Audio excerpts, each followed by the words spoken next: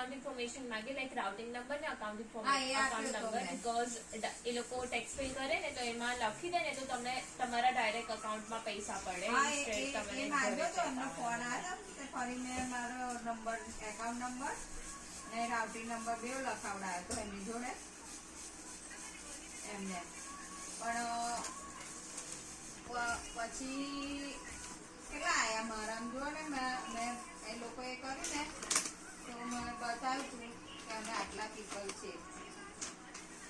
મારા 2 છોકરા, મારા સસરાને બતાવ્યા હતા તે વખત અમે. એટલે અમે 6 જણ તો થયા.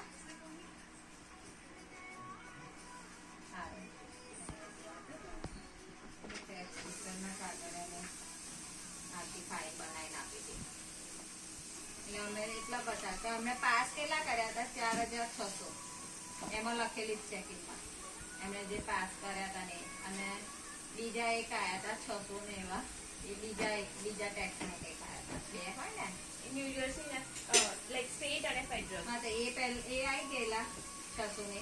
પણ આમાંથી ખાલી મને 1665 જ $. જે આ 4600 પાસ કર્યા હતા એમાંથી બસ ડેટા. એ તો મારા બેંક એમાં છે એટલે એ તો દેખાઈ આવે ને બેંક ના એકાઉન્ટ.